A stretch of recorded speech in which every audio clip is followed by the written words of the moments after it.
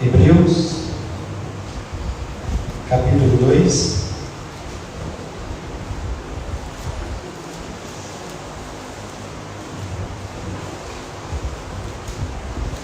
Vamos para as colocar, né?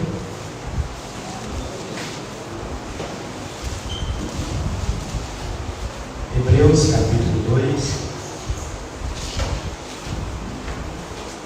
versículo 1 ao versículo 4.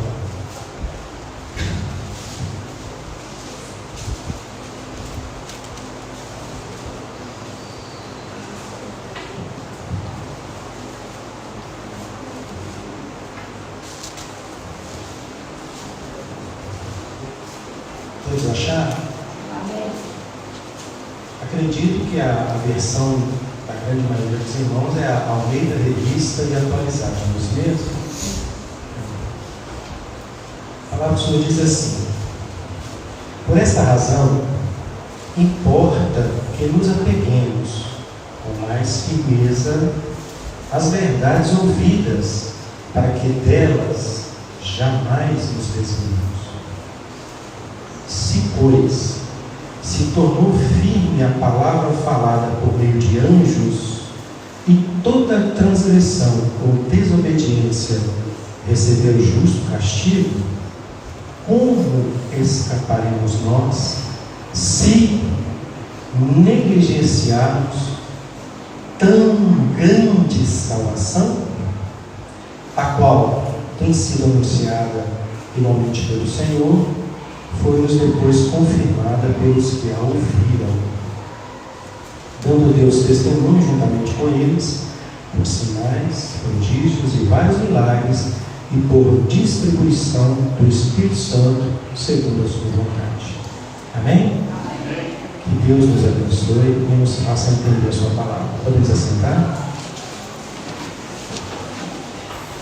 Irmãos, como eu havia dito, eu queria pensar com os irmãos, meditar com os irmãos em um dos temas, ou seja, o melhor e maior tema das Escrituras Sagradas.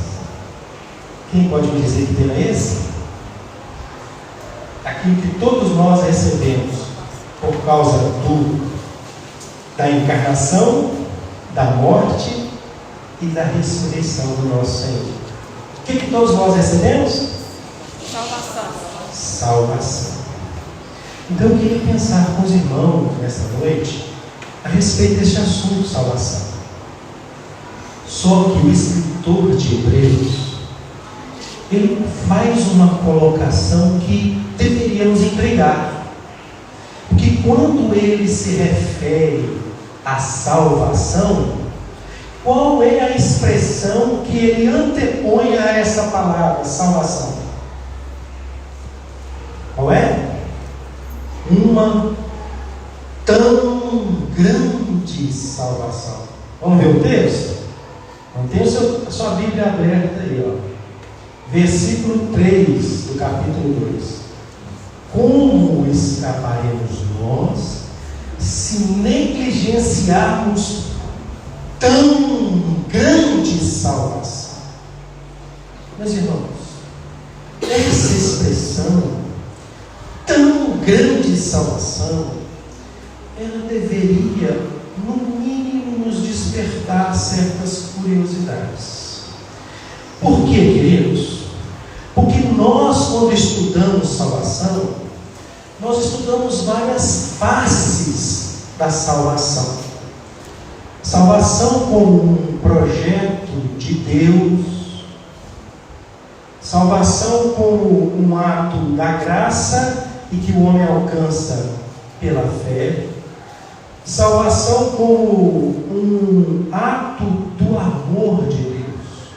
Então, cada face da salvação nós já estudamos. Salvação como um projeto de Deus, salvação como um ato da graça bendita de Deus e do amor dele, salvação que recebemos pela graça mediante a fé. Mas esta noite eu gostaria de pensar em um ponto que talvez nenhum de nós tenhamos meditado até hoje. Eu quero pensar com os irmãos sobre a abrangência dessa salvação, a extensão dessa salvação, aonde essa salvação vai, aonde ela alcança, aonde ela abrange. E para que nós possamos meditar nesse ponto, na abrangência dessa tão grande salvação, eu preciso me perguntar, eu preciso perguntar à igreja: salvação é uma necessidade apenas da raça humana? Ou salvação passou a ser uma necessidade da criação de Deus, do cosmos? Você já parou para pensar? Você já parou para pensar que talvez essa tão grande salvação, ela é tão abrangente que ela não veio apenas para alcançar a raça humana, mas ela veio para alcançar o cosmos, alcançar a criação de Deus. E nós precisamos pensar nisso quando nós fazemos uma outra pergunta. E a outra pergunta é a seguinte: o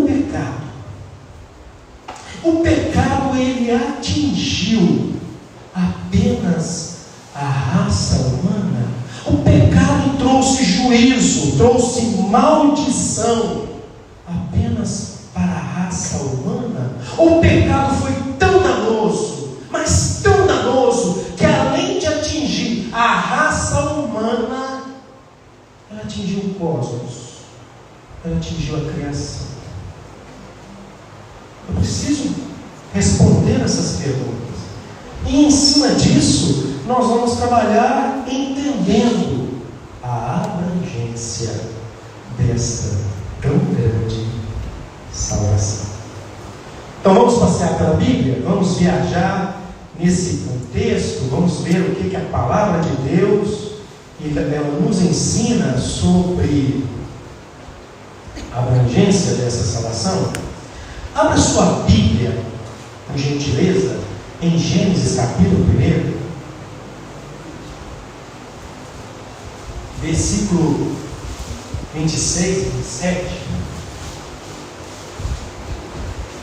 Aonde nós vamos pensar a extensão do pecado do homem. O que o pecado do homem fez?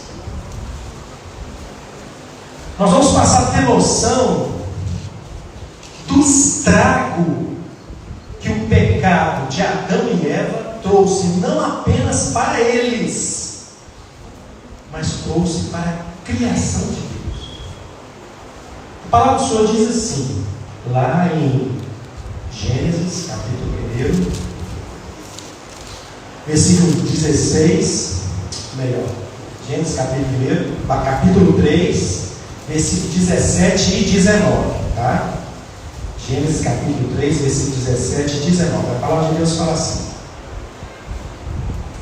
e Adão disse, visto que atendestes à voz de tua mulher, e comesses da árvore que eu te ordenara não comesses. O que está escrito aí, irmãos? Maldita é a terra. Só isso? Maldita é a terra por tua causa. Irmãos, o pecado, ele é tão nocivo, que quando nós vivemos em pecado, nós não trazemos maldição apenas para nós, mas tudo aquilo que nos rodeia passa a ser amaldiçoado. O casamento, quando o homem ou a mulher comete o pecado da traição, aquilo é uma maldição para quem cometeu o pecado ou para a família.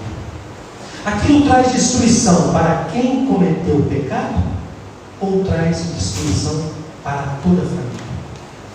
O que os irmãos acham? Para toda a família. Então, primeira lição que nós precisamos entender: o pecado é nocivo. Não flerte com o pecado, não namore com o pecado, não ache que existe pecadinho e pecadão. Entenda uma coisa: o pecado é nocivo. Por uma desobediência de Adão, a maldição não caiu apenas sobre ele e Eva, mas a maldição caiu sobre toda a terra. A maldição caiu sobre toda a criação. E quem está falando isso não sou eu. Quem está falando isso é a palavra de Deus. Vamos ler lá de novo? E Adão disse, vamos ler todos juntos? E Adão disse: visto que atendestes a voz de tua mulher, e comestes da árvore que eu te ordenara não comesses, maldita é a terra por tua causa. Então veja bem, irmãos, já aprendemos uma coisa: o pecado não só atingiu o homem, não só atingiu o universo humano, o pecado atingiu todo o cosmos. O pecado desestruturou todo o cosmos. Então, como o pecado ele atingiu a raça humana e desestruturou todo o cosmos, não é só o homem que precisa da salvação. A salvação ela não se restringe apenas à raça humana, mas ela abrange a toda a criação de Deus. Você já tinha pensado nisso?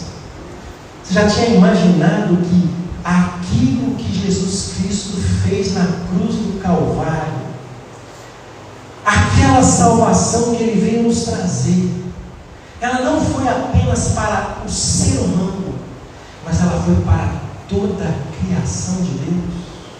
E nós vamos ver isso na palavra do Senhor. Nós vamos ver isso com o restante daquilo que nós temos para colocar diante dos irmãos. Como maldição para o homem, o pecado trouxe um juízo. Qual foi o juízo? No dia que dela comerdes, certamente viverás. Ah, certamente morrerás. O juízo que o pecado trouxe para o homem tem um nome chamado morte. Mas os irmãos precisam entender o que é morte. Precisam entender o que é morte, como os profetas que receberam a palavra de Deus entendiam. Morte não é o fim de todas as coisas. A palavra morte, dentro de um contexto bíblico, para aqueles que eram profetas do Senhor e receberam a revelação, significa separação. E quando Deus falou para Adão e para Eva, mais especificamente para Adão, Ele disse o seguinte: no dia que dela comerdes, certamente. Mas peraí, Adão viveu mais de 900 anos. Então ele não morreu no dia que comeu. Não tem uma coisa meio estranha aí? Não, irmãos. Porque eu preciso entender que morte é separação. Mas existe a morte física e existe a morte espiritual. A morte que aconteceu no ato de Adão ter comido do fruto proibido não foi a morte física, foi a morte espiritual. Porque a palavra de Deus fala que Deus, em toda a viração do dia, Ele ia passear no jardim e se encontrar com Adão. E naquele dia não foi diferente. Mas quando Deus foi ao jardim, o que a palavra fala? Que Adão e Eva se esconderam. Veja bem, alguém que desfrutava de uma comunhão maravilhosa com Deus, alguém que ouvia a voz de Deus, Alguém que recebeu de Deus uma determinação, uma ordem para que cuidasse da criação. Alguém que Deus deu a ele a autoridade para nomear cada animal que passasse por ele. E de repente, está se escondendo dele. Isso é morte espiritual. É o homem se esconder de Deus. Por quê? Porque o homem está nu. O homem está completamente nu diante da santidade de Deus. Isso é morte espiritual. Mas existe a morte física também. 900 e poucos anos depois, Adão morreu. Aí já é a separação minha de mim mesmo. É o meu corpo que separa da minha alma do meu espírito. Isso é morte física. Essa morte veio como juízo para o homem. Mas eu preciso entender. E o cosmos? E a criação? Existe algum juízo para o cosmos? Existe alguma condenação? A maldição que Deus havia falado com Adão, que estava sobre a terra, determina um juízo de destruição para essa criação? Abra sua Bíblia, lá em 2 Pedro, capítulo 3, versos 7, 10 a 12.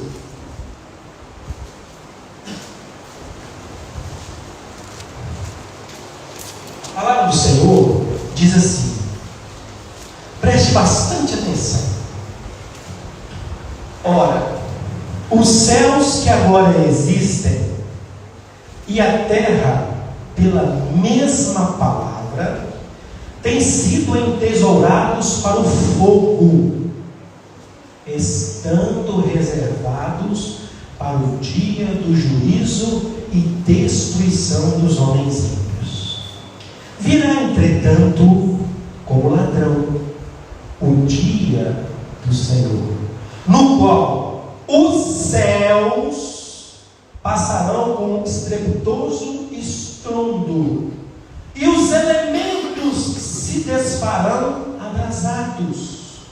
Também a terra e as obras que nela existem serão atingidas. Visto que todas essas coisas hão de ser assim desfeitas, deveis ser tais como os que vivem em santo procedimento e piedade, esperando e apressando a vinda do dia de Deus, por causa do qual os céus incendiados serão desfeitos, e os elementos abrasados se derreterão. Deixa eu te dizer uma coisa, meu irmão. De acordo com o que está escrito aqui, eu entendo que a maldição, ela se estendeu a toda a criação por causa da desobediência, do pecado do primeiro homem. Volto a repetir, o pecado é tão danoso que ele atingiu não só a raça humana, mas ele atingiu a toda a criação. Ele atingiu ao cosmos. Então a terra também está sentenciada. O cosmos também está sentenciado. E agora? Vamos viver tensos, sabendo que um dia essa terra vai passar? Não, queridos.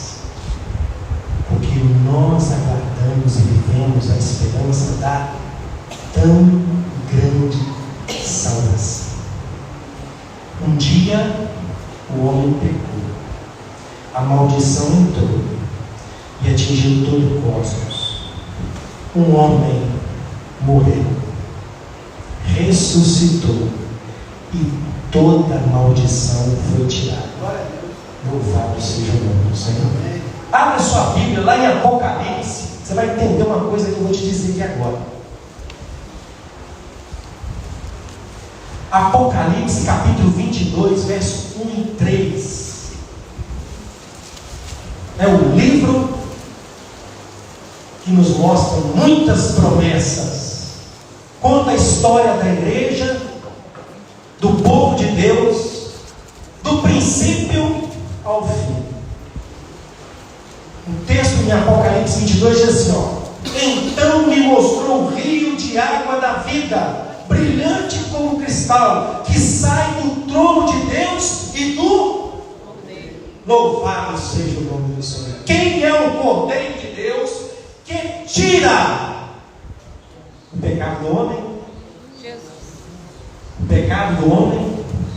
Jesus. Que João Batista falou? Eis o Cordeiro de Deus que tira o pecado do homem, que tira o pecado da humanidade, que tira o pecado do mundo. Oh glória! O Cordeiro de Deus que tira a maldição do cosmos, o Cordeiro de Deus que tira o pecado do mundo, o Cordeiro de Deus que trouxe salvação não apenas à raça humana, mas a toda a criação de Deus. Olha o que o texto em Apocalipse fala. Então me mostrou o rio da água da vida, brilhante como cristal, que sai do trono de Deus e do Cordeiro. Versículo 3: nunca mais haverá qualquer maldição nela. Estará o trono de Deus e do Cordeiro, e os seus servos o servirão. Bendito seja o nome do Senhor. Por causa da água da vida, por causa da salvação, por causa do sangue do Cordeiro derramado na cruz do Calvário, nunca mais haverá maldição sobre a terra, sobre a criação de Deus. Que coisa maravilhosa, hein? Que coisa esplendorosa. A abrangência da salvação, queridos.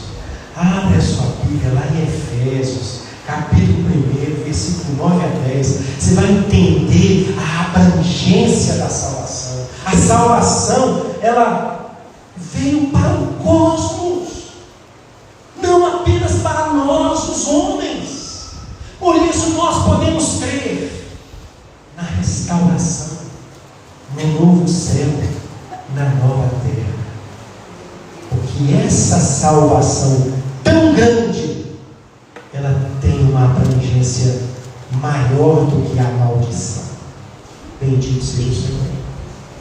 Olha que coisa maravilhosa. Efésios capítulo 1. E eu quero me deter um pouco dessa parte. Versículo 9 e 10. Posso ler? Desvendando-nos o mistério da sua vontade.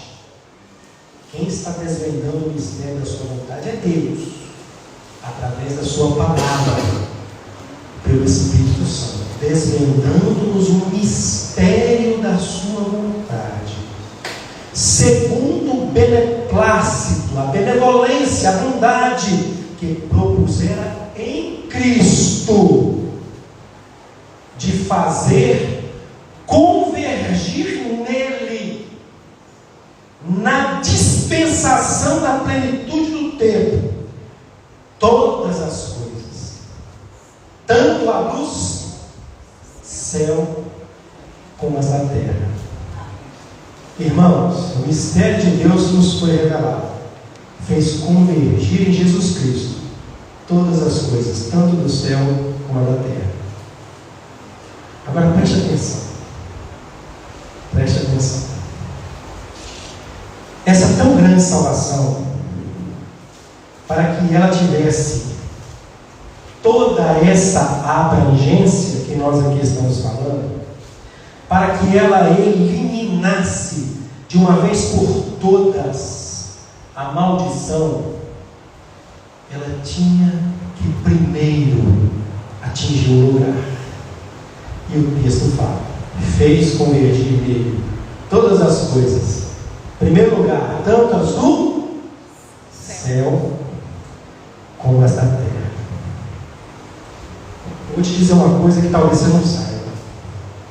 Essa tão grande salvação, essa vitória de Cristo na terra, trouxe salvação no céu.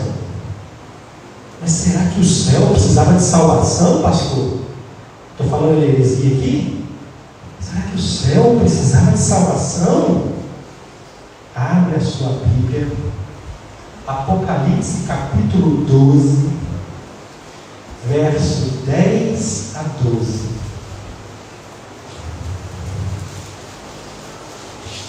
Será que o irmão está falando heresia? Está dizendo que o céu precisava de salvação? Apocalipse capítulo 12, verso 10 a 12. Então ouvi uma grande voz do céu, proclamando: agora veio a salvação, o poder, o reino de nosso Deus, a autoridade do seu Cristo, pois foi expulso o acusador de nossos irmãos, o mesmo que os acusava de dia e de noite diante de quem? Nosso Deus. Aonde é a habitação de Deus? A vitória de Cristo aqui na terra trouxe salvação no céu, sabe de quê? A expulsão do demônio que vivia nos acusando de dia e de noite diante do trono de Deus. Hoje, meus irmãos, o diabo não pode nos acusar mais, porque Cristo o expulsou do céu. Veja mais o que o texto fala. Verso 11: eles, pois, o venceram por causa do sangue do Cordeiro, por causa da palavra do testemunho que deram, e mesmo em face da morte, não amaram a própria vida. Agora olha o versículo 12. Por isso, festejais aonde? Ó céus! Sabe por quê? Porque a vitória de Cristo aqui na terra trouxe salvação no céu, expulsou o demônio de lá, e ele não pode mais nos acusar, porque ele está amarrado, acorrentado. A vitória é da igreja em nome de Jesus e pelo sangue de Jesus. Então você não é mais acusado pelo acusador, porque ele não pode mais te acusar. Ele está expulso, ele foi expulso do céu.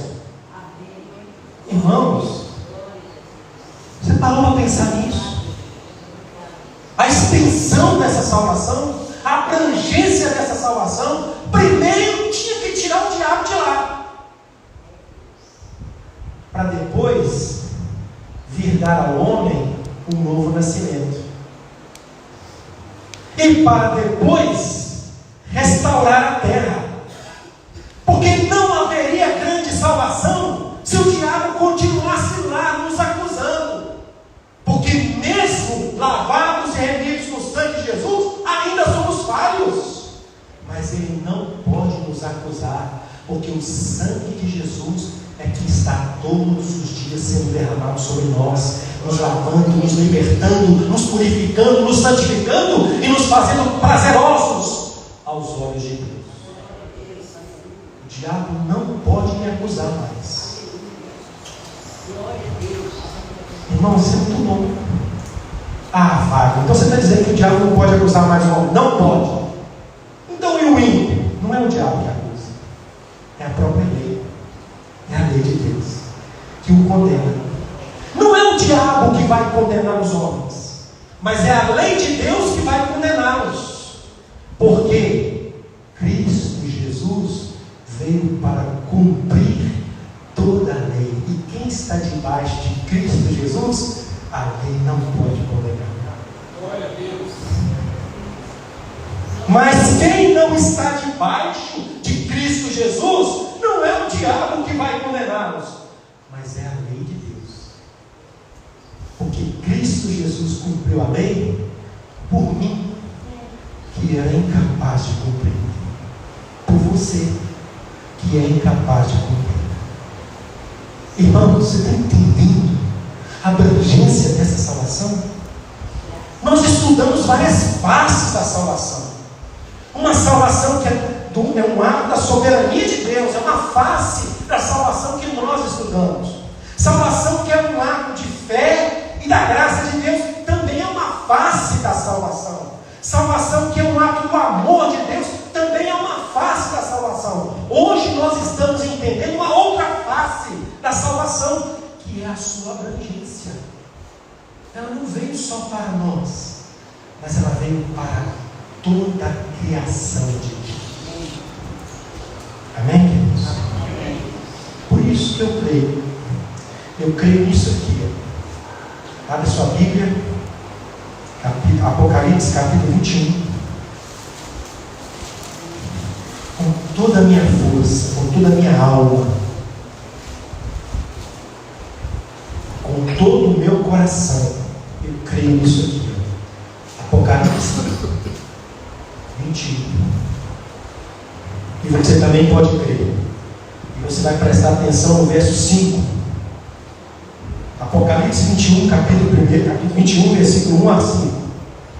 A palavra do Senhor diz assim: vi o que? O céu, nova terra. Pois o que? O primeiro céu e a primeira terra passaram, e o mar já não existe. É novo céu, é nova terra. Irmãos, terra é habitat de quem? De anjos? Terra é habitat de quem? Nosso. Deus projetou essa tão grande salvação para nos dar um novo habitat, uma nova terra, aonde tudo será restaurado, sem a presença da maldição. Sem a presença da maldição. Tire da sua cabeça que você vai morar eternamente no céu. Não. Você vai morar no novo céu e na nova terra que Deus vai restaurar para os escolhidos dele. Olha o que o texto fala.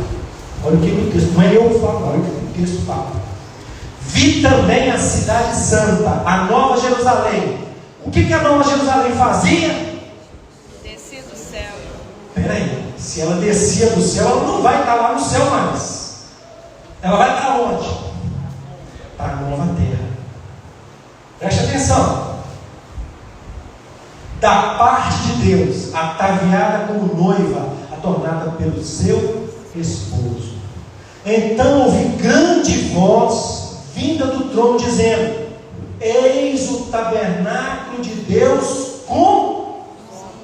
Mas não é os homens que vão estar lá, é Deus em Cristo Jesus que vai estar aqui. É Jesus encarnado, vivo, ressuscitado, que vai estar aqui conosco, governando para todo sempre. Era nisso que os apóstolos criam, era nisso que a igreja primitiva cria. Era por isso que eles iam às arenas e eram sacrificados, porque eles sabiam aquilo que Jesus falava: meu reino não é desse mundo, porque se meu reino fosse desse mundo, eu daria uma ordem, os meus anjos viriam e me livrariam, mas o meu reino não é desse mundo. Ele veio implantar o reino dele no seu coração, porque quando vier o juízo final e Deus estabelecer um novo céu e uma nova terra, o reino dele vai estar completo. Nós vamos viver com ele para todo sempre. Olha o que o texto fala.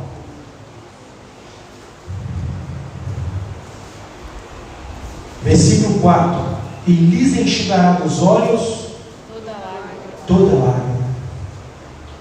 Olha a maldição do homem. A morte. Peraí, tem uma coisa. O que os profetas entendiam que era morte? Separação. Mas quantas mortes existem? Uma é a separação de Deus, não é? E a outra? Eu separando de mim mesmo. Mas o texto está falando que morte não existe mais.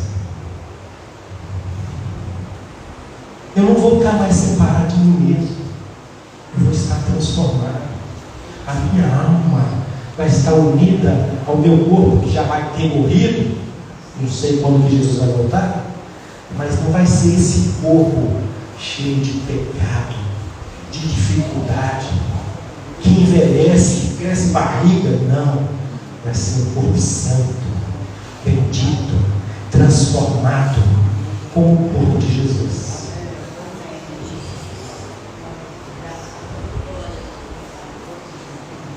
Oh glória! Essa é a nossa esperança, irmão.